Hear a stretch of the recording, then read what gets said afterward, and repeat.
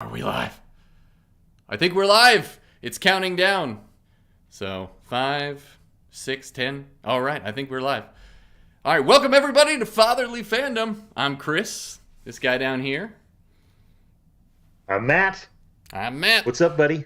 And this is our Friday Fun Day episode. We just came up with this title, so Friday Fun Day. So we are coming to you live here on Friday. So hope you guys had a great week. We're going to talk about all the fun stuff that we've been watching this week that we think that you should be watching this weekend. All right? With so much out there. You got to sift through all of it. There's just a ton of great content. And so we're going to be bringing you 3 things that we think are worth the most of your time. You got to check out this weekend. Let's check them out. Let's get it started with our intro.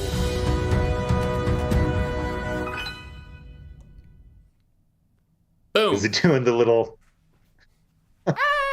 Okay, so we're back. Once again, Chris here and Matt Powerham.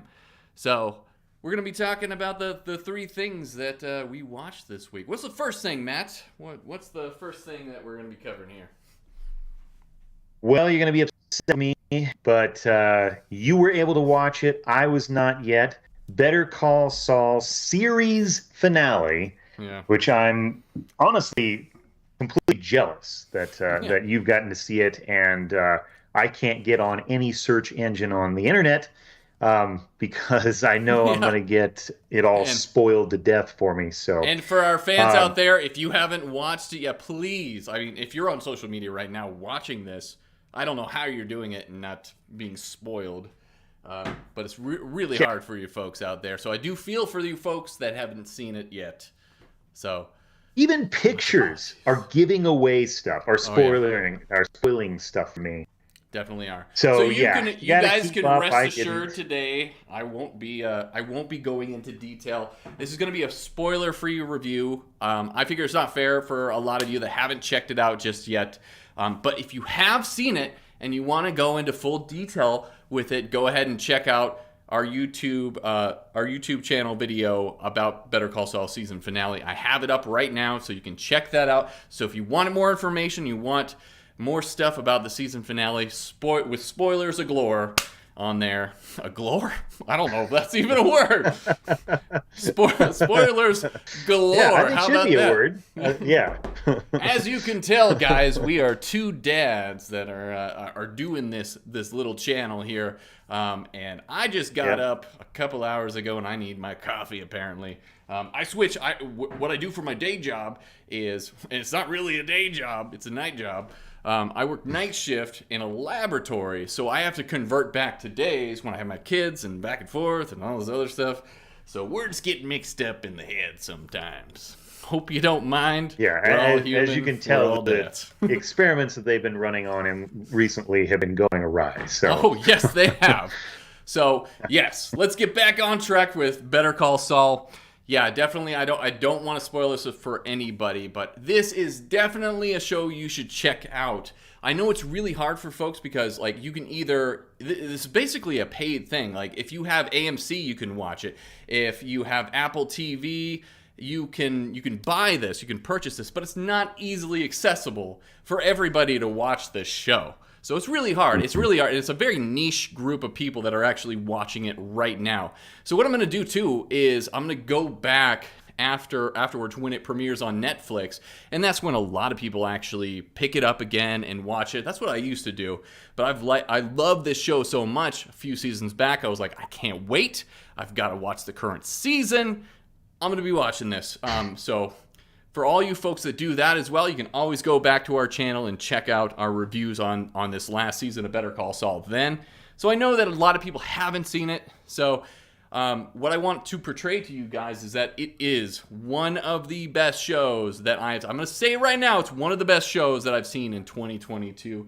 It's absolutely fantastic, from the cinematography to the story to the acting.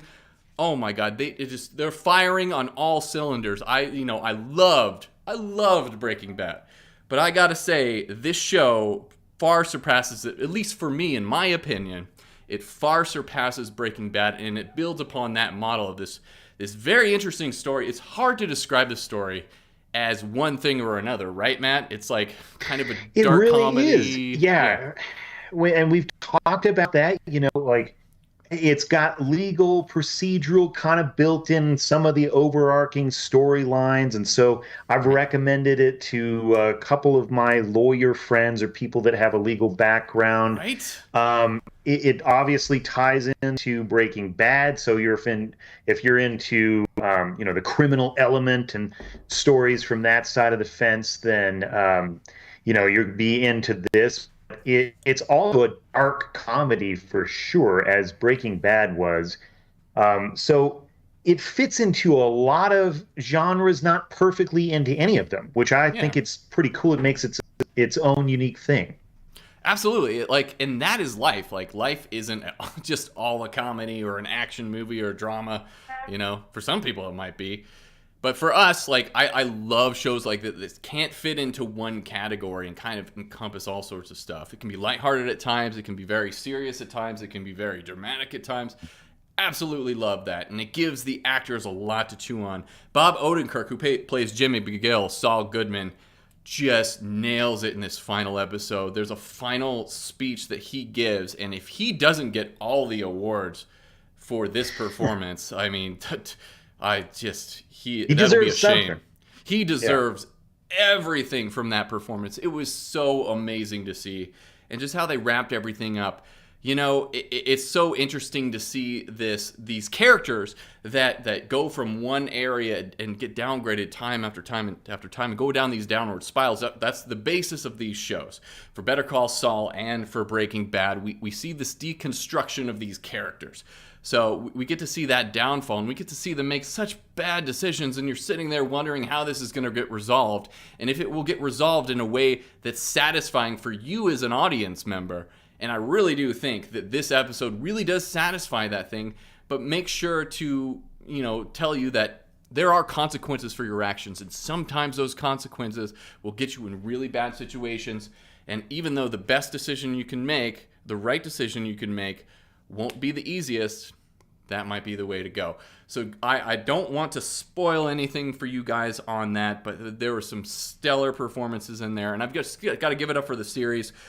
Jonathan Banks, who played Mike Ehrmantraut, one of my favorite characters in the entire show, is a stellar performance from him. Got to give it up for him. Kim Wexler, Rhea Seehorn, she did an amazing job, and she's basically like the main character along with Jimmy McGill now. She's earned that title throughout the series and has done a stellar performance. She's actually had her hand in directing a couple episodes too, and she directed her first episode this season, which was very awesome. Really great episode too. Carol Burnett actually made an appearance on this show in the latter half as Marion. So in the black and white timeline, and as when we get to see Jean and everything. So we see her in the latter half of this season. I can't believe they got her in the show. It was amazing. And so this season, we ended with 63 episodes altogether for the entire series. Breaking Bad actually ran for 5 seasons. They split up that last season, so you can kind of think of it as a season 5 and a shorter season 6. And so we got kind of the same thing here with Better Call Saul. We got 6 seasons. They did 13 episodes instead of 10. So you got a couple extra episodes in there as well, which was really nice. And I really, going into this season, I wanted them to focus on Gene. I was like, I want to see what happens after Breaking Bad. And they did not disappoint. Yeah. So we get to see that in this show. We get to see what happens there. And it's fantastic. I love all that stuff. I love Cinnabon. So, and it makes me want to watch it all the time. I don't know if you can pick it up. Every but my time. Yeah, every time. I know. You see him glazing those cinnamon rolls. Well, and they of course, because hot. It's like, it's Vince Gilligan and his whole team of cinematographers. Yeah. They have to show like the most enticing, POV shots of the icing being glazed over everything. You, it's like, you can smell it through your television screen. Oh, yeah. So good. But I loved every minute of that. How they developed that story is perfect. I mean, absolutely perfect. The taxi driver that they used in the previous season as actually a different taxi driver. The character of Jeff is a different actor. Unfortunately, the actor couldn't come back and reprise the role. So the current actor, like, he made it his own performance. So you can definitely, like, that kind of was off-putting for me a little bit because I was like, they don't look that similar to each other too. So it was like, wait, that was supposed to be this character. So just be in mind, if you're going to watch this season coming up, that they did switch characters on that taxi driver. So it is that guy. And so that'll help you follow along in the current Gene storyline as it goes. So for me, if I was I'm going to tell you my rating for this episode. I gave it a 9 out of 10 on my review. Very high praise, A+. Because like last time we were on here, we gave it grades and a number score. Yeah. We can continue on with that if we want. So I gave it an A+, 9 out of 10 for me. As a season, as a series as a whole, I would say probably about an 8 out of 10. There were some things that were a little muckety here and there, but overall, absolutely enjoyed it. That first season was so great in the fact that if they didn't make any more of Better Call Saul, that could encapsulate the story, and you can just travel on over to Breaking Bad and get the gist. But after season 1 and how they developed everything, it got you intrigued and captivated to see how he exactly became Saul Goodman, where it led around the road, and then bringing in Michael Giancarlo and everything, and or Giancarlo Esposito, sorry, and all the other characters that we've seen from Breaking Bad, seeing them introduced into this and where they were at and where they end up was pretty amazing to see. So it was just a fun road trip down here. And I think I said in our last live feed that like this was going to be it for Vince Gilligan, and it's Peter Gold is the other showrunner of this show. I didn't give him props the last time. I do apologize. Peter Gold has been influential in Better Call Saul. So these two showrunners, at the time I said that they didn't have any plans moving forward, and that is correct, but at the same time, they have left it open for if there's a good idea down the road for these Albuquerque shows, which I'm calling them the Albuquerque story. That's how I'm outlining it. They might come back and do something. So what I really want to see is a Gus Freeman show. That would be the Gus Fring show. That would be awesome to see. What would you like to see if they came back to this series, Matt? I mean, I think a Gus show would definitely be cool. I think that getting further back and seeing, I mean, I don't know how this would be possible, but there was a lot of backstory with Walt in Breaking Bad about his time in post his higher education. He's working at the lab. He develops that great idea, part of the Nobel Prize. Yeah. Exactly. Yeah. So some of that might be interesting, but it'd be a totally different story because obviously this show and Breaking Bad were the story of anti-heroes. And I know I'm pronouncing that one weird, but they sounds fine to me. It'd be tough to find an anti-hero story, I guess, in somebody that's just stark criminal from the very beginning, and that seems to be Gus. Yeah. But maybe he wasn't. Maybe there's a story because I know he was he partnered with that chemist, and they had a thing going with how they what was it? They developed their own version of meth or something like that. I can't quite remember, honestly. So there might be some side stories there. But honestly, for me, it's kind of like you've done it great twice. And a whole lot of the audience thought that Better Call Saul was going to be more of a one-off type of, comedy, but not a drama, not something that you're really caring about that much, because clearly you get at the end of Breaking Bad, and Saul is an interesting guy for sure, but he's not someone that I was very interested in finding out more about. He was just kind of a goofy side character, a goofy and awesome side character. Yeah, I would have never every guessed. Scene he's in, he eats it up.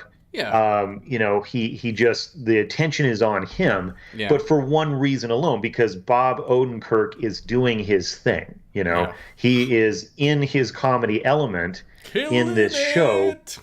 in Breaking Bad. Yeah, and so I didn't think like that's going to carry an entirely new show for very long. But Hmm. I mean, surprise, surprise, Vince Gilligan and Peter Gold just blew it out of the park, along with everybody else that we're not mentioning here that helped make this complete cinema magic. Yeah. So could they do it again? I'm sure, but do they need to, or would it be really cool to see him do something completely different? Vince Gilligan was awesome, the X-Files. So I mean, there's so much Yeah. potential, and obviously, I'm sure this team's going to be sought after quite a bit in Hollywood right now. So Right. give them something brand new. Let's try, something completely off course from the Albuquerque world, and Right. I'd like to see where else they can go. So, Me too. yeah, And when you have shows like this where they have built up their production company, this is a whole crew that is working for these things, and Breaking Bad as well as Better Call Saul. So, like, I hope that Vince Gilligan, Peter Gold, and all of them bring this whole crew to whatever projects they present in the future. And I really do want them to take a break with this storyline for a while and start something new too. I absolutely agree with that. And for Bob Odenkirk, I really want him to kind of take it easy. Did you hear that? Like, he had a heart attack during this last season. Man. So yeah, I wanted to know kind of the story behind that too. And apparently, it was in the second part of this season. It was during the episode of Point and Shoot, and Bob Odenkirk was on like an exercise bike, and he had a full-on heart attack. And so Rhea Seehorn, Tony Dalton, the guy who plays Lalo, and Patrick Fabian, Howard Hamlin, they're actually the ones to call for help and everything. And they had on-call people, medics come out and actually get the defibrillator out and take him to the hospital. He was doing good after that. And I remember when this happened too. It was like, holy crap, what's going on? And like his son, Bob Odenkirk's son, like went on to Twitter or something and said, everything's okay. He's doing all right. He's going to make a recovery. Everything's fine. So it was really a shock too, because after Mr. Nobody, Bob Odenkirk got into pretty awesome shape. And I don't know if you can tell, but in the last couple of seasons of Better Call Saul, like, he is very much in better shape than he was before, because that movie required him to do a lot of action stunts and things like that. And there's a fun little video. I don't know. You can probably look it up here on YouTube too, about him going through his exercise routine. And he does a lot of body calisthenics and things like that. And he does pull-ups and sit-ups and things. And it was really cool to get to see that. But, he being older, like me and Matt are, us old fogies, we got to kind of take it easy sometimes whenever we're working out, and, other complications do happen. So I'm glad that he made a full recovery from that. I'm glad that he made it through the season, because he put a phenomenal performance. And I bet you anything that going through that experience affected his acting, affected how he brought the character to life in that last part of the season. And it really is deserving of all the praise. Absolutely fantastic. And I can't say enough good things about it. If you can check it out, check out this season of Better Call Saul. Check out this final episode. It is well worth it. Brings it to a great conclusion, and you feel very satisfied by the end of it. You feel like it left off in a good place, and that's very rare for a show to pull off the ending like that. And they did it. They did it. I've been so disappointed with some finales, but this one is one you are not going to be disappointed with. So go check it out. I know it's on AMC. Yeah, if you can, it's on AMC Plus. It's on. You can get it through Apple TV as well. You do have to pay for those Prime. things. You can buy it on Prime. I do apologize for that. I know that it's rather hard to see right now, but they will be bringing it out on Netflix. And usually they take like 6 months or something like that to do it. Then they usually premiere it right before the next season. But since there's not a next season, maybe we'll get it sooner. Who knows? Hopefully we do, so that you guys can check it out, because it's well worth your viewing. I give it top marks, and I hope you enjoy. So now we're going to move on to the next thing. So what else are we talking about, Matt? Next up is She-Hulk, the latest in the MCU, the Marvel Cinematic Universe, on Disney Plus. First episode premiered last night, right? Yeah, well, last night. So technically, you could have seen it Wednesday night at midnight, which is what I did because I was at work. So I went ahead and watched it. Isn't it funny that we are reviewing 2 shows about lawyers on this this episode? So it's all about the legal field today, guys. All about law. So yeah, She-Hulk, attorney at law. So this follows the Jennifer Walters, the cousin of Bruce Banner, and that's Tatiana Maslany. Yeah. Mm-hmm. And this is really cool. She's a Canadian actress. And fun little tidbit I found here, she's the first Canadian to ever win an Emmy in a major dramatic category. So that was for Orphan Black. She was on that show before. So I was like, what has she been in? Because if you've seen this episode, like, and we'll get into it, but oh my gosh, she steals the show. She is so charismatic, and she's the perfect lead for this character. I absolutely fell in love. I thought this was a perfect portrayal of Jennifer Walters. Really quirky, likable. Yeah. Yeah, I'll tell you another place. As I was doing my research for this, because of course, I'd seen her from Orphan Black. I was like, I mean, she's got a very recognizable face. I know that I've seen her in stuff before. And indeed, I was looking her up, and she had a couple episodes that she guest starred in Parks and Rec as Dr. Nadia, I believe her character is named, and Aziz Ansari's character is hitting on her, trying to get a date with her, and and if you watch it, it's like, oh, yep, sure enough, there's She-Hulk. So deep reference there. Like, that's how many episodes was she in? Because just 2. Just 2 that I could find. So that's probably why I didn't recognize her in that. It's been a long time since I've seen Park and Rec, but wow, I didn't even know that. So so we have Star-Lord on there, and we have Jennifer Walters, She-Hulk on Park and Rec. So that's becoming kind of our Marvel show now. Yeah, a couple of crazy different superheroes came from that show. Right. So, and of course, and I've heard rumors about I forget his name, but Adam Scott that plays Ben Wyatt on Parks and Rec. That he might be getting a role in the MCU. So really, we'll see. Yeah, I really like Adam Scott. I think he's a great actor. Just I just like his personality too. Party Down, if you haven't seen it, that is definitely one to check out. So Adam Scott. Well, and Severance, we will have to review that. I've watched the first season, and wow. But we'll get into that later. Back to She-Hulk, attorney at law.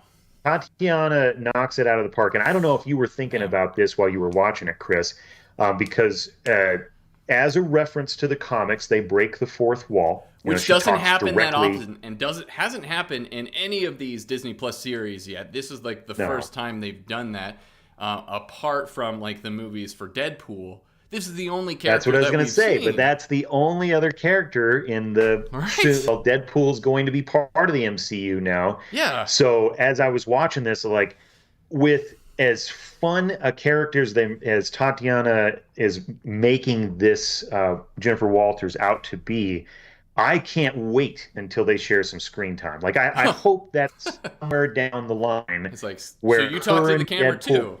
Yeah, of course I do.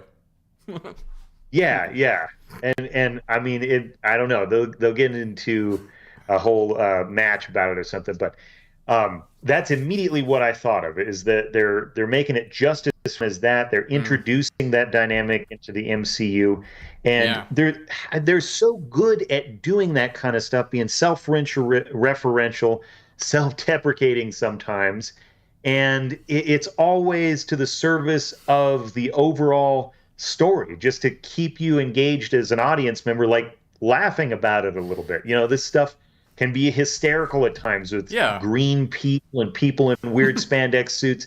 So, you know, it's okay to laugh at yourself whenever. Yeah, I totally thought like I would have a problem. Like while it was happening, I thought I would have a problem with it. I'm like, and I kept thinking to myself, I'm like, this is fine. I like this. I really did enjoy that. Yeah. Like I had no problem with it at all.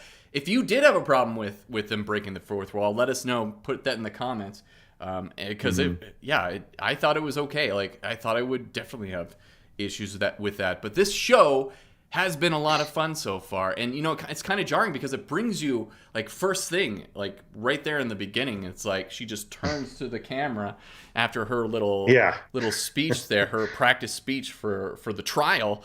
And then, like, boom, it's like, yeah, I'm She-Hulk, and let's get this out of the way. And I like that. I like that a lot. Yeah. And so I did watch this on...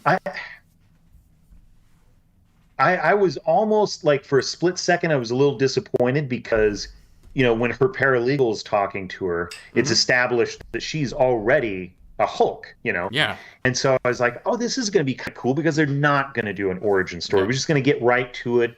Maybe they'll talk about it later. And then she turns right to the camera and, you know, all those expectations go out the window. True. But it was still, I think, a really cool way of doing the origin part because we know we got to do it. Yeah. She even says, like, I know you're just wanting to see this, so let's take a look, basically.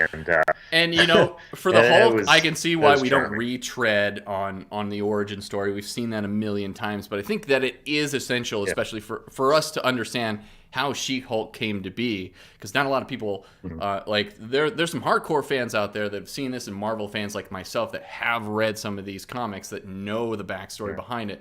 But as a general audience, I don't think most of you guys know how she came to be She-Hulk. So that, while for one of our major superheroes that we've seen time and time again on the big screen, yeah, let's cut out origin stories and get started with where they're at.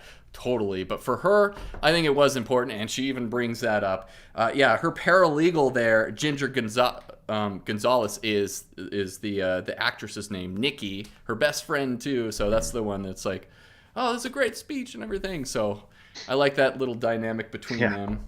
But they go back into It was all so, I think, well written. Like I said, the self-referential stuff, the breaking the fourth wall, and getting past some of the cliche of the origin story, while also filling in some blanks. You know, they answer some questions in there, questions that don't really matter, but still questions that fans are asking about Bruce and the sling and the little device on his arm since Shang-Chi, and, you know, what he was doing in time between Ultron and Ragnarok, and, you know, so we got to see the lab and all that kind of stuff. And so I want to call it Jessica Gao, who's the writer on this show. She's best known previously for some episodes of Silicon Valley on HBO, Rick and Morty. And what I thought was cool is she had originally pitched this as a Black Widow movie, that Black Widow was going to share the screen with She-Hulk. In fact, that's where She-Hulk was introduced. And as she pitched to Marvel, they kind of pulled her aside and said, look, it really sounds like you're actually just pitching a She-Hulk storyline, not necessarily a Black Widow one. So she didn't get the Black Widow writing role. She didn't get Shang-Chi when she tried later, because they had the idea that she was going to take on the writing credits for She-Hulk, which is working out so far. And I don't know what you think of the writing, but stellar for me. No, I absolutely agree. Like, she's doing an amazing job with this show. So, and knowing that she comes from Rick and Morty is like, she's got a sense of humor that is very, very interesting. I really like Rick and Morty too. I know it can be a little crass for some people. Definitely not one you want to watch with the kiddos, but yeah, she's got some writing chops, and she's doing a phenomenal job. And I can't, like, Jessica Gao, you are doing an amazing job. The director was Kate Coro, Cairo. How do you say that, Matt? But she did. I think Coro. Yeah, Coro. I could be wrong. And I don't know. I haven't checked this out too. Have you researched this out? Are they doing different directors for each of the episodes, or are they sticking with the same one? Yeah, as far as I know, it's not a show lead like they have done in like Obi-Wan. You know, True Detective did it, and those types of things. But no, I believe they're going with maybe a director each episode, but not the same director for every episode. See, and that's what I liked about The Mandalorian is they had different directors coming in and directing different episodes. It gave it its own life and gave each episode its own creative narrative, even though it had an overarching story as well. I very much enjoyed that. I feel like we missed out on that. Deborah Chow did a great job, but Obi-Wan, I don't know. I had a lot of issues with that, and I think that having some other creative people enter that scene and look at it, and part of that's due to the writing too. But I do like shows that switch it up, especially with their directors and everything.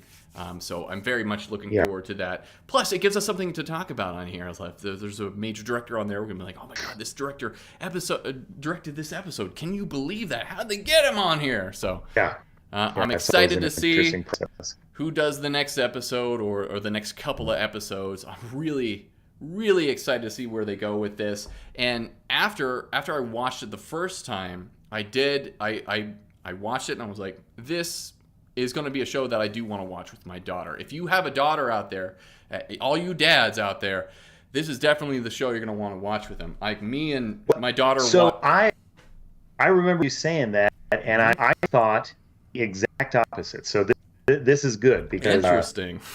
Yeah, I not show this to my kids, and I can tell because I came up with my list of like what I like about this show, and then what I'm calling the scruff scratching moments, but basically where I was sitting there, kind of like, what is this all about? So part of it had to do with the fact that this is a fun show. It's silly in a lot of moments, but I don't think that it's something that every parent out there is going to be okay showing their kids. There's sex dream involved. They talk about Captain America's virginity over and over again. Not over and then over basically again. they do it multiple times, and they in the scene they lob an F-bomb out there. Like they don't say it all the way because it's Disney Plus. Yeah, they don't Disney say it all the way. Guys. But my it's a guess family is show. Your kid's gonna say, "What'd she just say? What was she about to say? What was that word, Dad?" I don't know about you, but my kids don't ever stay for mid credits. As soon as the credits are done, they're out of there. So they didn't even put, and that's probably one of the reasons why they put that at the end there is, so you could be like, okay, maybe. Definitely for me, I want to tell all you parents out there, watch it first, see if it's okay. I do think it's okay for you to view this with your kid. We watched Miss Marvel together, and that was kind of our tradition each week. Me and Olivia was always excited about watching Miss Marvel. If this gets them into the stuff that you like, then all for it. And if there's some questionable stuff in there, you as a parent have to make that decision, and you have to be able to walk them through. Be like, okay, they were talking about this, but drinking is not that great. They're Hulks, so they can metabolize that kind of stuff. And it kind of led me, like, we did have that conversation afterwards too, because like my kids asked me like, what's a hangover? I'm like, well, it's because like if you drink, then you get a really bad headache afterwards. So it's not good to drink excessively. So it gives you opportunities to talk to them about that. It's a jumping off point. Absolutely.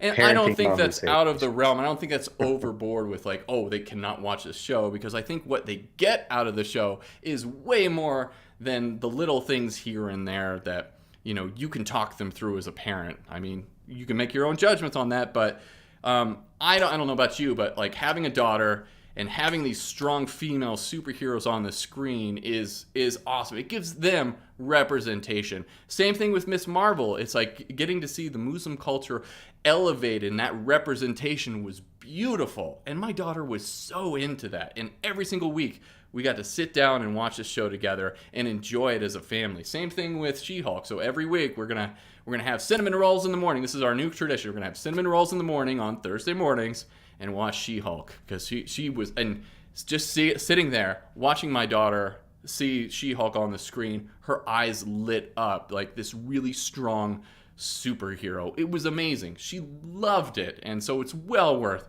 showing her that, because then now she's got some other awesome superhero to look up to, and I absolutely love that. I have no regrets in showing her that, and any of the little things that might be a problem in this, you can talk about with your kids. Yeah. So it was awesome. There'll be a fun talk coming up whenever we get to the episode where she carries the man into the back room to have her way with him. Again, watch the shows before you show your children. But again, this is a Disney Plus show. Disney is a family company, and they've made it a pretty much a thing where, you know, it's not going to go overly explicit with any of this stuff, you know. Yeah, so I think it's all right for you to show your kids this, you know. But yeah, we disagree, and that's okay.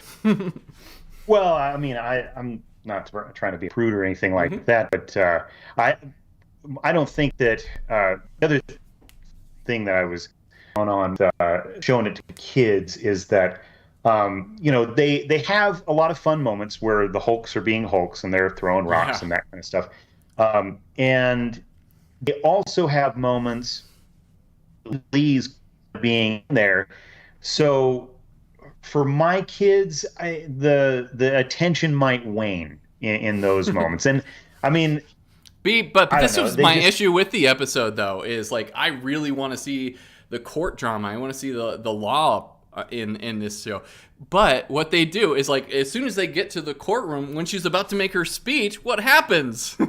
Like, the wall gets blown in. Yeah. So they don't really spend a whole lot of time on the legal aspects of the show. That was my other beard scratching moment is. I've never read the comics, and so for me, that moment was like about as out of the blue as you could make it. Like literally, a person comes through the wall, and we're yeah, we're not told. Mr. Kool-Aid. Yeah, exactly, Kool-Aid Man style. Yep. And just like in every single one of those commercials, I was looking at it like, oh, somebody just. Busted through who's this? Oh yeah! Oh no! Yeah, and then for everyone that's out there, this is the introduction of Jamila Jamil as Titania. Am I saying that right, Chris? I think so. I think it's Titania. I don't actually know a whole lot of backstory on Titania, so we shall see as we go along. Obviously, it didn't go into the character as much. In the end, so it didn't go into her character or the leader, which we saw seconds before as the defendant in the courtroom, played by Tim Blake Nelson. You know, he was in the original with Edward Norton, the Incredible Hulk. So it'd be interesting to see what they're doing with his character, and he was rumored to be in SheHulk last year. Yeah. So having him there, maybe he's going to be the overall villain, and possibly Titania is sort of the strong henchman that they always have to fight in order to get to the villain or the arch nemesis.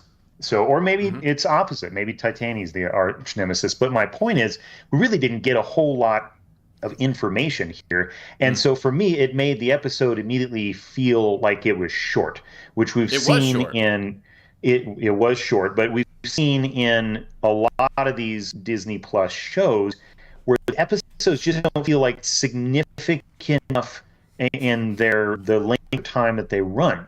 So will it translate out to overall, like, this story is there's not enough to it, you know, when we've seen that happen in the past, like with Obi-Wan, or are they just taking a story and not giving enough time to each chapter? And we've seen some of that happen in previous Marvel Disney Plus shows. So I definitely don't think so. I don't think so. I think this is going to be like. I hope not. Yeah. Well, if you're going to look at this like a comic book and everything, as a comic book reader myself, this is kind of your episode 0. It's setting things up. It gave us the backstory. So now we're on the road. So the next episode is going to kind of be the starting off point to where we see where the story is going to go. It's going to set up our villain, set up what's going to be at stake for the next portion of this series, and we're going to get going. So I think it did a great job in introducing us to the character, getting us started. We got the backstory. We're ready to go. So it was short, and I like that. I usually I don't. I'm like, give me a long hour show and whatnot. But I really enjoyed this. This got me more excited. This got me ready and ramped up for what's coming for this show, because I came in to this show not as excited. I like She-Hulk and everything, but it was another one of those like, we'll see how it goes. I don't know if I really want to talk about it or not, or just watch it as it goes. But after this episode, I'm primed and ready. Like they're nailing it. Tatiana Maslany has hooked me in. Like the characters have hooked me in. I'm ready to go. So it served its purpose as a first little episode here, a primer episode 0, if you might think about it like that. So we can get going in the next episode. We'll see. Maybe I'm wrong. Maybe next week we'll see and be like, oh well, this show still seems a little rudderless. But I hope not. But we'll see. Yeah. So overall, what would you give the episode as far as the week? I'd probably give this a 7 out of 10, and as a number rating, and probably I'm gonna say a B plus. I very much enjoyed it. It got me ready to go. But like you said, we're gonna get into the meat of the show, and I want us to move forward now. I wanna see more. I really did. I did want to see more legal drama too, because this is She-Hulk, attorney at law, and then they just bust through the courtroom. So I was a little upset. Well, I did too. I wanted to see that show because to me it felt like an adult show, which I'm fine with. I'm fine with. Not every Marvel show is going to be that interesting to children or that accessible to them. So I'd say probably the same thing for Falcon and the Winter Soldier. I don't know if a kid's really going to keep up with the political nature of that show, but it's interesting to me. So, it's fine for Marvel to make a show that is for a little older demographic. I felt like that's what She-Hulk was going for versus Miss Marvel, which definitely has the Scott Pilgrim vibe and a younger age demographic, which is perfect for her. So I'm going to give the show. It's funny because we give it a 1 out of 10 rating, a 7, and then say B plus. And I want to give B plus as well, but for me it's a 6 because I felt it was. I'm that guy. It was too short for me, and I don't like whatever Disney Plus is queuing this to us. And I also felt like it hadn't quite shown me what they're doing as far as tone for this show. Not necessarily storyline, because we've got many episodes to go. But there was that shot of sort of the campy action scene with the sidekick, and it was like it's almost out of a 70s kung fu movie or something, and then we have sort of the lawyer thing going on. So it was hard to sort of pin down what's the tone. Are we just going for fun, that kind of odd comedy? Are we going for sort of championing strong woman character? And I think that most of the Marvel shows are going into that. We are seeing the Avengers replaced with strong minorities of some kind, with African American Captain America now, and a female Hawkeye now, and Kate Bishop, basically a white suited Black Widow. So each one of them is being replaced by a strong minority character, and so we're getting that tone from She-Hulk right off the bat, which is incredibly important, and glad to see it happen. She's also an intelligent character. She's got a career. She's very much invested in that. And as we see from the teasers and the commercials for the upcoming episodes, she's going to continue to be the strong woman. Which why would you do anything else with a character that's supposed to be character of She-Hulk, as strong as Hulk? Yeah, right. So, and I think in many ways they're making it out to where she is more powerful than Hulk. She's stronger than him.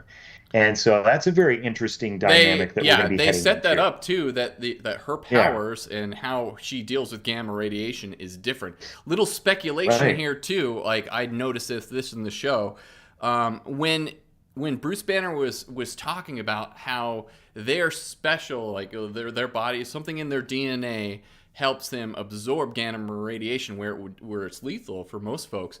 I think that is a setup for the X-Men. I think that they're saying that like their genetics and everything, part of that is because they're mutants in a way, and they're that mutant power, that latent power is coming out because of the gamma radiation. So it's something that's special to them that not everybody will experience if they're exposed to gamma radiation. So they kind of plant that little seed in there. I'm not going to spoil things for anybody, but there's sort of a plant for a seed like that in other episodes of other shows as well. Not everybody has seen Miss Marvel. I don't think you've seen Miss Marvel, right?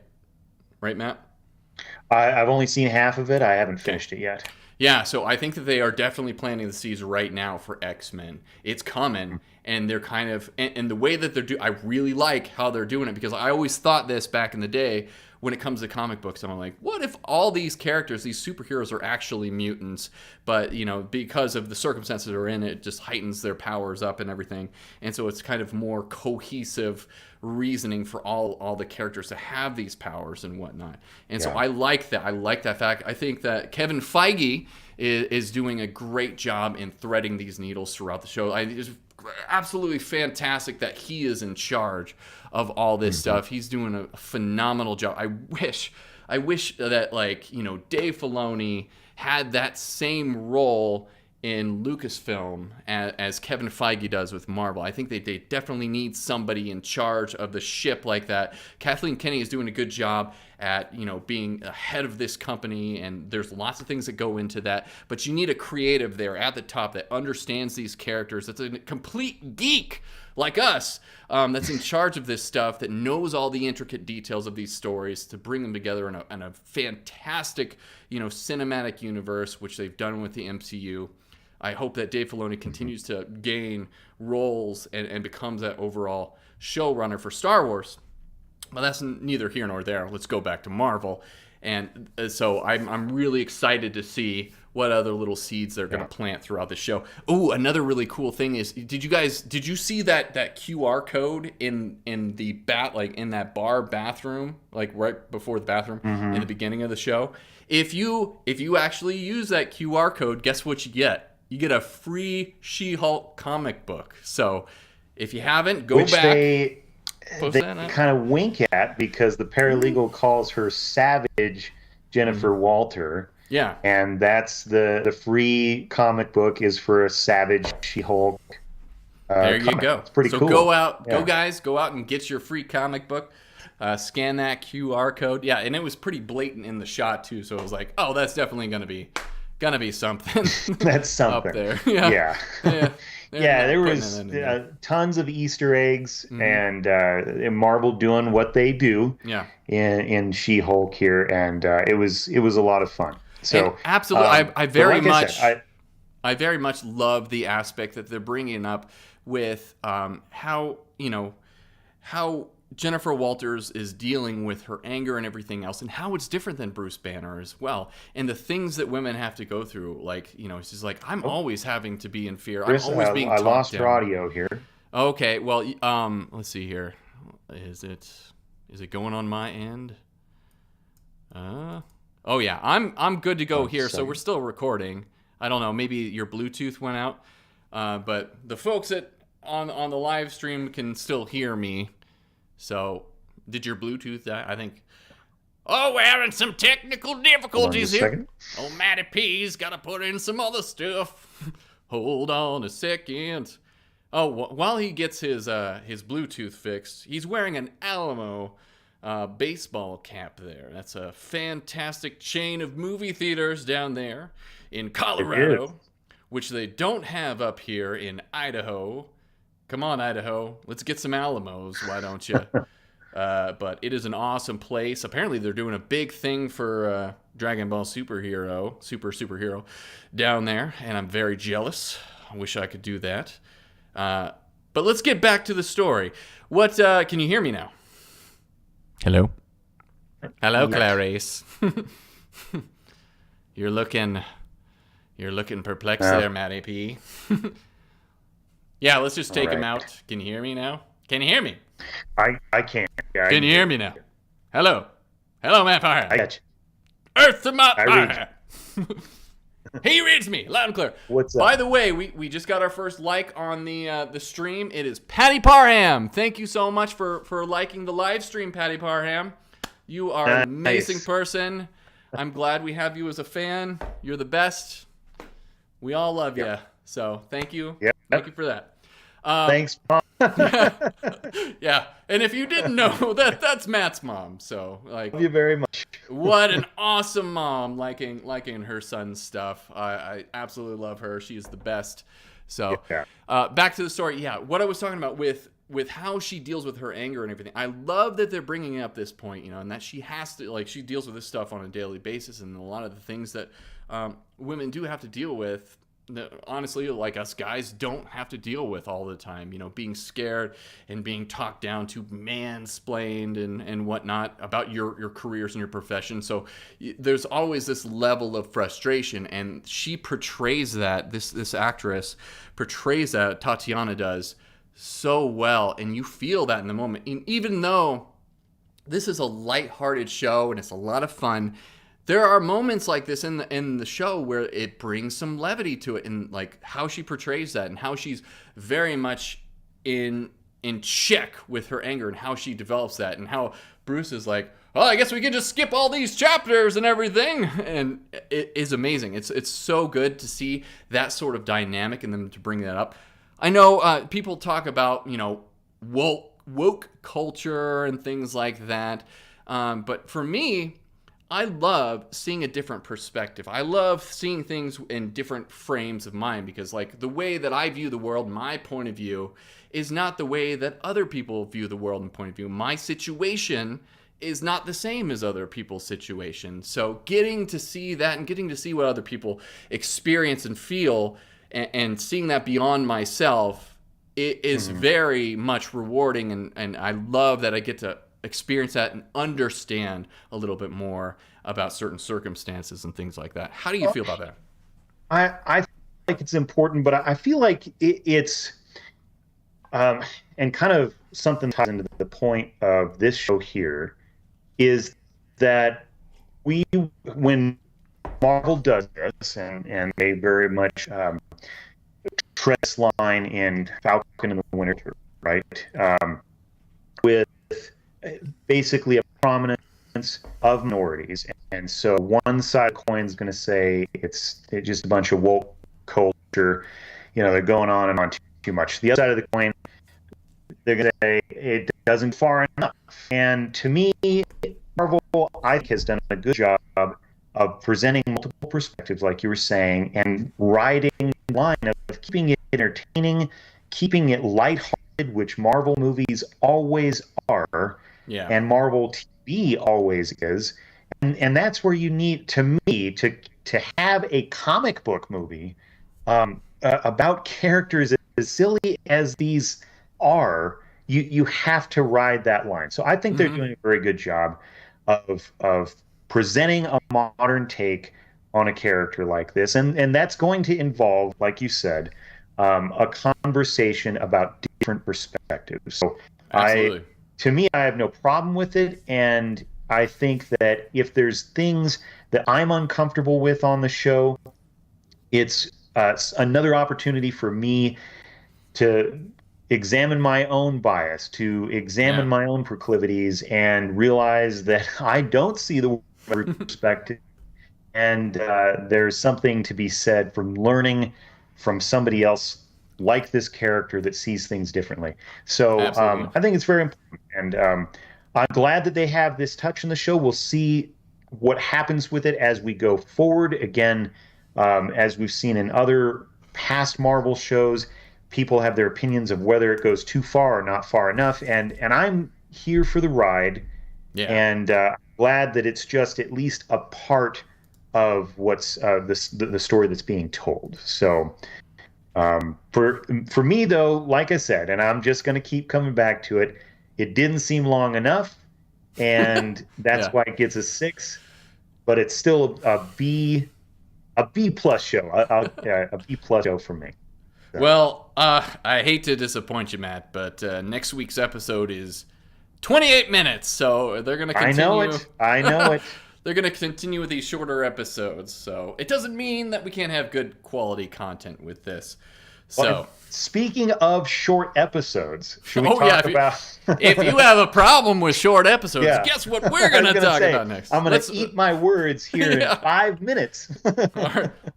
Well, why not in a second? Let's go right into our next literally next topic. The shortest of the MCU shows out there. Absolutely.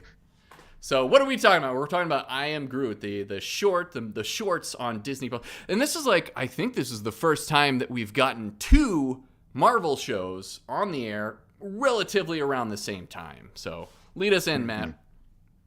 Yeah, I think you could argue that I Am Groot came out in between Miss Marvel and She-Hulk, Attorney at Law. But it's a very interesting show. It's very much patterned after the Disney shorts of old, and you're seeing lots of this on Disney Plus with their Pixar shorts. Of course, those have been classic since Toy Story, and even before Toy Story, Pixar has been producing those awesome little shorts that usually tell some kind of moral message, along with being a really cool thing to look at aesthetically and being well animated, well directed, all that stuff. So Marvel is taking that page from that book, and they've produced 5 episodes that are 5 minutes long, including the credits. So really you're getting about 2 to 3 minutes of screen time with the character of Baby Groot. And it's still being voiced by Vin Diesel, and we actually get a little cameo from Rocket, so Bradley Cooper comes back to voice him. But this show was directed entirely by Kirsten Lepore, and she's got an animation background, mostly in stop motion. But she had several conversations with James Gunn about the character of Baby Groot and kind of what to do with it in these shorts, what it was sort of meant to be. And something I thought was interesting, and you foreshadowed it without knowing it at the very beginning of this episode, Chris. But when you held up that emoji pillow, James Gunn told Kirsten Lepore that is something that he gave to the animation crew, Luma Pictures, who animated Baby Groot in Guardians of the Galaxy Volume 2. They're the same company that's responsible for animating him in this. So they make Groot's face out to be emoji-like because he just has eyes and a mouth. So I thought that was pretty cool, and it highlights how a character's very basic expression capability is able to emote all sorts of things through the absolutely beautiful work of Luma Pictures. I mean, this is photorealistic animation, so it's not Pixar-esque. It very much looks like you're viewing an extra 5 minutes of Guardians of the Galaxy, and the spaceships, the terrain, all that stuff looks very, very real. So I did enjoy this with all my children, and I don't know why I'm name dropping a soap opera there, but it was enjoyable nonetheless. We all had a good time watching it. Yeah, so did we. I've watched this with my kids, and we watched them back to back to back. So like your complaint with the last one, that was my complaint with this show. Was I want more. I was like, this is not enough. I want more. I Am Groot. So I definitely did think that these were too short, but we did very much enjoy them. They were a lot of fun. It just went by way, way too fast. So. Oh, speaking of kids, what was that, Sawyer? Yeah, let's get Sawyer on the line so that let's hear the perspective of Sawyer with I Am Groot. Yeah, what did you think of I Am Groot, buddy? Okay. Yes. You're about to be on YouTube Live. This is our first guest from Fatherly Granny's Fandom. Watching, actually. Yeah, Granny is watching. This is our first guest on Fatherly Fandom, Mr. Sawyer. Our first guest. Hey, welcome, Sawyer. Come on over. Great to have you on the show. This is Fatherly Fandom. we're talking about I Am Group. What Yes, Group. do you think of the show? it's really funny. What was your favorite episode? Yeah, what was the favorite? Oh, you were telling me this the night because you were showing it to me. He actually watched it before I got home. And then, of Oh, course, we watched the entire season, all of its 15-minute glory. you guys binged the whole thing. It was 5 minutes. Each episode was, but runtime of actual Groot on the screen was 15 minutes because I'm being super technical. Yeah. 20. Okay. I think my favorite one is the third one. The third one with the little bubble-looking people, or the water guy. The water guy. Yeah, that was pretty good. That was a pretty good one. Groot and this weird water entity getting into a dance competition, and then the water alien getting kind of mad with him, right? Get a lippy towards the end. Lippy. What does he do about it? He just floats around in space. Yeah. Right. Yeah, so the show definitely maintains the same level of comedy as Guardians of the Galaxy movies, and honestly, the same type of Looney Tune feel that these shorts are meant to emulate, with Groot essentially being Bugs Bunny, Yeah. and Water Alien being Stan. I can definitely see it. Yeah, now that you say that, that has a very, very much a Looney Tunes feel for it. So, yeah, that totally makes sense. Absolutely. So, if you were going to rate I Am Groot all together on a scale from 1 to 10, or give it a grade like school, what would you say? 10 10! or 8. Love it. Out of 10 or an A plus? Oh, that is perfect. So- You know what? I think I'm hard to argue. I think I'm going to agree. I'm going to agree with you, Sawyer. 10 out of 10 for me. A plus as well. So, Our guest star, I hope you have a good time on our show. Okay. all right. So that's I Am Groot. Those are the 3 things that we think that you guys should be watching this weekend. So let's run in. Oh, Real quick additional information I got this morning. I Am Groot has been greenlit for a second season. 5 more episodes. 5 episodes. Okay. Here, probably another sort of blink and you miss it premiere like they did on Disney. That's my one qualm. I Am Groot is there, like, and it's kind of hard to find the episodes on Disney Plus. You know, they're not. It's not like the I Am Groot show. You have to go and search each one of them. So, anyway.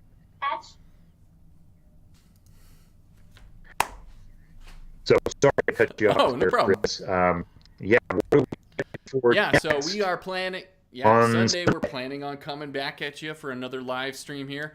I think Matt, you got you're frozen right now. So we're about at the hour mark. So we're gonna. Oh, here we go. You're back. You just had to move around, I guess. I don't know. Weird. I guess so. Less mannequin-like on my side. So today, August 19th, guess what came out in America? It's come out in Japan and other parts of the world. But we are getting Dragon Ball Superhero. It's finally here. You can watch it. You can watch the dub, or you can watch the subtitle version. They have both in the theaters, but it's coming out. Me and the kids are going to be watching it today. I told Olivia this morning, I was like, after we go swimming today, we're going to be going watching Dragon Ball Superhero. And she's like, yes! So she's really excited for that. So we're going to be talking about that on Sunday. Also, what we're going to be doing on our Sunday shows is we're going to be doing the Silver Screen Sunday reviews as well. Review! Yeah. So we'll be talking about some older films too. Each and every week we'll be talking about something that we've watched in the past. So what are we going to be talking about this week? This week's review for Silver Screen Sunday is going to be Shaun of the Dead, Nice. classic Edgar Wright. And Mhm. we, as Chris said, intend to review one of these types of films every single week, be it from the twilight years of Hollywood Mhm. black and white films, 50s, 60s, 70s films, films from the 90s, the 80s. Anything considered a cult classic is fair game. Yeah. Anything that's a classic Oscar winner is fair game. Mhm. We're going to show you the movies that we have come to love throughout the years, and it's going to be awesome. It looks like maybe Chris has a guest star as well. 7. Sorry, but I had a kid come in. Hey, we are fathers. We are Yeah. uh, 7 o'clock. living, breathing fathers here. So Yeah. it is always Kids going are to gonna creep interrupt. into our Yeah. flow here, but it's awesome. We're getting the families involved in one of our very early episodes. So expect Right? more of that. Yeah. Because, like I said, we are working dads. So, yeah, so we're very excited about those three topics that we're going to go over Mm-hmm. on Sunday. And if you are interested in those films or shows, check us out. Yeah. We'll be getting a whole list of movies based on your comments, your Yeah. feedback, Leave our us likes, our comments. dislikes. Mm-hmm. Yeah, bring it all on. So, like, subscribe, make sure to check us out on Instagram and Facebook, and Mm-hmm. of course, right here on YouTube. Yeah, YouTube especially. Make sure that you subscribe to that channel. The more subscriptions that we have on there, the better we're going to do here, the more that we can do, and the more we're going to be able to get out there, build this community. The biggest thing, like I think that we both are very interested in is uplifting this fandom community, because there's so much Keeping negativity it out there. positive. Oh my Yeah. gosh, there's so much negativity. Like you see it in Star Wars. Lord of the Rings is actually getting there now too, especially with the new show. But we want to be able to highlight the good things about these, the people behind the scenes that are working very hard on this stuff. I mean, we have so much content coming up that's going to, with Star Wars, Marvel, Lord of the Rings, oh my God, Sandman that we're going to be reviewing too. There's so much stuff. And we're not always going to like everything. We're No. not always going to agree on our Right. opinions on different things. But the point is that we still talk about it all in a positive, uplifting way, like Chris said, Yeah. because cinema is an art form that both of us have fallen in love with throughout our lives, We have and a we very much passion for intend it. to share this passion Mhm. with our children and with all of you. So that's what we're here for, Yeah. bringing you things that we believe you can enjoy with your families. Right, shining a light in the darkness if we can. So we'd love to build that community. We'd love for you to join us in here. We'd love for you guys to take part in this and take part in the discussion as well. So in the future, once we build up our little community here, if you want to leave us a comment and everything, we'll read it on the air. We'll converse with you guys as much as we can. If you guys want us to review something, we will take apart that and review it as well. And yeah, we want you to be involved just as much as me and Matt are. So let's do that. And the best way that you can do that, the best way you can support us, is to subscribe, like our videos, share them with the people that you know that are going to like this kind of stuff. And yeah, we can go on this journey together and find out what all the good stuff is. There's so much stuff out there too. So this will help you out as well whenever you are thinking of something to watch. We can lead you and direct you in the right areas of what's worth your time and what's not. Because we're all busy here. We're working fathers. We don't have all this time. So if we can save you a little bit of time and show you what's best to watch, and we're happy to do that. We're here to serve you as fathers here on That's right. Fatherly Fandom as much as we can, because we love this Yeah. stuff, and we'll consume as much as we can so that we can serve you best as a community. And with That's that our note, promise. that's our promise here at Fatherly Fandom. So with that note, do you have anything else you want to? Oh, I do have something. So I just got a book. I just got it yesterday. I'm really excited. So I got the First one ever? Oh, yeah. no. Okay. Yeah. So it's Journey to the West. The first book I've ever. I actually have been working on reading, figuring out what these words, these symbols are. But finally, I was able to piece it together. Cross the finish line, buddy. Finally. We all knew you could do it. Yeah. Took a long time. But I just got them in the mail, Journey to the West. And if any of you know, Dragon Ball was Akira Toriyama sensei. That's the honorific that the Japanese give him, as sensei, as teacher, because he has contributed a lot. Akira Toriyama based Dragon Ball off of Journey to the West, and I've always heard about this, so I've wanted to read it, so I'm going to read it this weekend and everything, and kind of bring some of that information up on Sunday as well when I cover Dragon Ball Superhero, and we can talk about what's coming up in the Dragon Ball series, because I love that's my favorite Japanese anime, and I'm sharing that with my kids as well, and we're having a blast with it. So just got that. I'm looking forward to reading it. It's not very long. And it's got 3 volumes, book 1, 2, and 3 on there. It's very old. It's an old story, like from hundreds of years ago. They actually made this book, so it'd be real interesting to see. I'll report on that on Sunday. And so that's pretty much it for me. Did you finish Heat 2? Sounds interesting. Did Matt Parham finish Heat 2? Did you finish up Heat 2? It's a long book, so I think I'm 3/4 of the way through right now. I won't give away which part I'm at, but it's a very tense moment, and I'm listening to it on Audible, so sometimes I will linger in the driveway whenever I get home, and just, the kids are pounding on the windows like zombies. I'm like, no, I gotta find out what the heck it is. Yeah. I give up and have a good time. So yeah, I'm very excited to complete that book, and after I do, I will be giving you all my full review. And I did read an article recently, and Michael Mann does want to adapt this book into a movie. And so what they're talking about is hiring different actors for these roles and everything, because obviously all the actors from the original are way too old, and they could de-age them, but at the same time, I think they are looking for other people to take over these roles for Heat 2. So we might actually see Heat 2 in the theaters at some point. Yeah. And I'll do my best to remain positive, not to think about that experience. Yeah. It's like I said, it's so hard to picture this as a movie, a show I can see. Maybe. But because this is a sequel to a movie, as I'm reading or listening, I'm picturing Robert De Niro and Al Pacino and Val Kilmer and Ashley Judd and everybody in the roles that they remain in this book. And so in that way, it's this all sorts of alternative cinematic experience for me. It's hard to imagine it becoming something in a digital platform. So I'm interested to see what he can do with it. Obviously, the guy, the OG, and has been doing it right since even before he.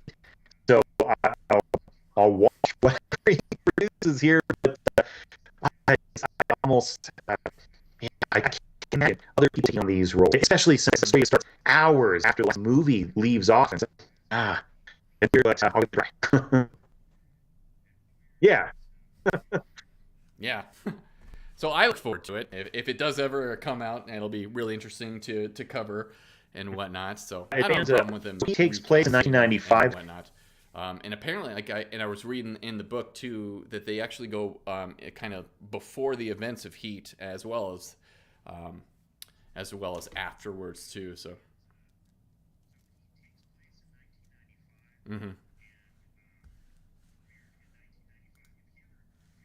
And premiered in 1995. If you ever just get wild hair and decide you want to check out the best of cinema, go to the year 1995. Wasn't that when Shawshank There's so many great out, movies that came. Forrest Gump, it won. I mean Jurassic Park, Forrest Gump. 95 Shawshank, was the freaking year for it was for on movies, and on. Yeah. Yeah. Yeah. And I mean, that's my list. So again, somebody could hear those movies and That's say, true. "What are you talking about, Jumanji?" But hey, that's a great Robin Williams film.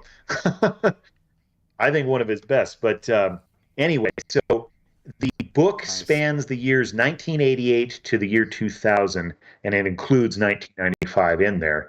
So it's a very large, very epic tale that if they put it to the big screen, man, I would hope they would give it its due. Yeah, So definitely. we will see. We'll I see. look forward to finding out. Yes, I can't wait for that. So I can't wait to see you guys on Sunday as well. And after that, we're gonna produce other content and everything. Sometimes we'll we'll do reviews on our own, or Matt will do some reviews, I'll do some reviews, and there's gonna be lots of fun times. We'll try to. I think we will be able to be pretty consistent with our Friday Fun Day show here because I have it off every Friday. Matt tends to have it off. Sometimes he might work, so sometimes we won't be able to do it, but you'll be able to come in, watch us on Fridays. We'll have it up on the YouTube channel as well for you to watch throughout the weekend or any other day that you want to watch it. And then Sundays, we're going to be hitting the pavement as well, talking about this stuff. So lots of fun stuff. Really excited. Can't wait. I hope you guys join us then. Tell all your friends and family. And from our families to yours, adios. See you on Sunday.